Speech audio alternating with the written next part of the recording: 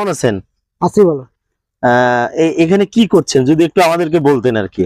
এখানে আমি বীজ রোপণ করতেছি। কি বীজ রোপণ করছেন? মিন্টু সুপার। মিন্টু সুপার। তো এটা কি তৈরি করছেন? এটা জব মাটি দিয়ে তৈরি করতেছি। জব মাটি? হুম। এটা এই কচুরিপানা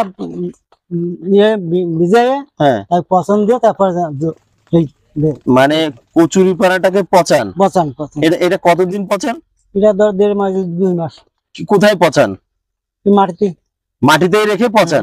মাটিতে গর্ত করে হ্যাঁ, ভিতরে কচুরিপানা দিয়ে লেখে দিয়ে পচান। আচ্ছা, তাই এটাতে এবার কি করেন? এবার এটাতে বীজ দিয়ে এটা চারা হবে। এটা এখানে নরমালি কি বীজ আপনারা এখানে আর কি দেন?